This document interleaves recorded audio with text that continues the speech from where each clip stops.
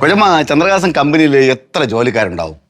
ചന്ദ്രഹാസൻ കമ്പനിയില് ഒരു 100-150 പേര് കാണും. 200 വെച്ചോ? ആ, ഇത്രയും ജോലിക്കാരുള്ള ഒരു കമ്പനിയുടെ MD-ക്ക് ഒരു നേരത്തെ ആഹാരം കഴിക്കണമെന്നുണ്ടെങ്കിൽ ഞാൻ വിചാരിക്കണം. പെട്ടെന്ന് ആലോചന അതിനാണോ ചിരിച്ചേ? അഭിമാനം കൊണ്ട് കൊച്ചമ്മ, അഭിമാനം കൊണ്ട്. ശ്ശോ, എന്നാലേ നിനക്ക് കുറച്ച് കൂടുതൽ അഭിമാനിക്കാനുള്ള ഒരു സംഗതി ഞാൻ പറയാം. പറഞ്ഞു. ഒരുപാടൊക്കെ അഭിമാനിച്ച് തുള്ളരുത്. ഇല്ല. അതായത് 100-150 പേര് ജോലി ചെയ്യുന്ന ഒരു കമ്പനിയാണ് ചന്ദ്രഹാസം എന്ന് പറയുന്ന പ്രസ്ഥാനം. അതെ, ഇപ്പൊ പറഞ്ഞല്ലോ അത്. പറഞ്ഞു. അതെ.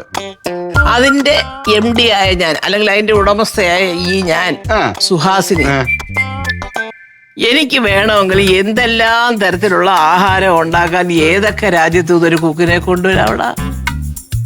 അപ്പോ അതൊന്നും കൊണ്ടുവരാതെ ഉപ്പ് ഏത് മുളക് ഏതെന്ന് അറിയാൻ വയ്യാതെ വായിക്ക് വെക്കുന്ന ഒരു സാധനം ഉണ്ടാക്കാൻ അറിയാൻ വയ്യാത്ത വെള്ളത്തിനെ കുക്കെന്നും പറഞ്ഞ് ഇതിനകത്ത് നിർത്തിയിരിക്കുന്നു.